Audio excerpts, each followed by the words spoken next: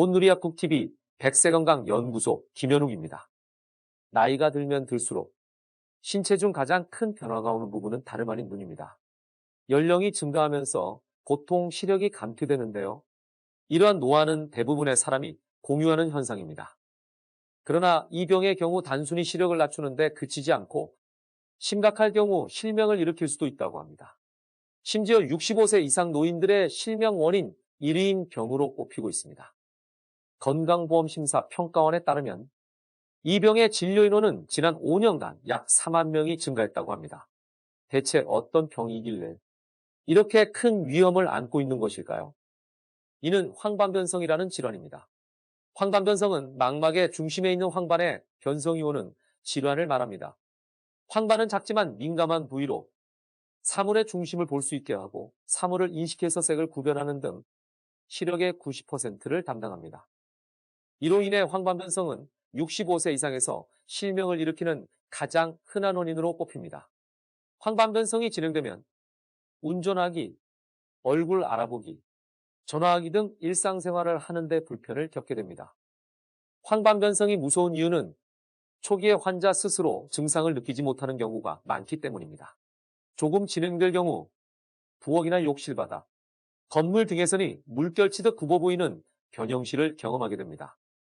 병이 더 진행된다면 사물 중심의 일부가 가려 보여 글자에 공백이 생기거나 글자가 찌그러져 보일 수 있습니다. 특히 황반변성이 한쪽 눈에 먼저 발생한 경우 반대쪽 눈을 사용해서 이상을 느끼지 못할 수 있으므로 각별히 주의해야 합니다. 만일 사물이 잘 보이지 않거나 욕실의 타일이나 중앙선 등이 굽어 보이는 등의 증상이 있을 때는 즉시 안과를 찾아 정밀 검사를 받아야 합니다. 또한 책이나 신문을 읽을 때 글자에 공백이 생기거나 사물의 가운데가 검게 보이는 경우, 물체가 찌그러져 보이는 경우 황반변성의 가능성이 비교적 높다고 할 수 있습니다. 그렇다면 이 황반변성은 왜 생기는 것일까요? 아직까지 황반변성의 원인은 명확하게 밝혀지지 않았습니다. 그러나 모세혈관 장애로 인한 저산소증으로 망막에 비정상적인 혈관이 생기고 이 혈관에서 누출된 혈액이나 액체가 시력 저하를 유발하는 것으로 보고 있습니다. 황반변성 예방에는 정기적인 검사를 통해 황반부 이상을 초기에 발견해 치료하는 것이 중요합니다.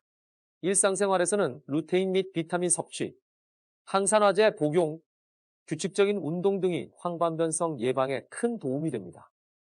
또한 흡연자라면 반드시 금연하셔야 합니다.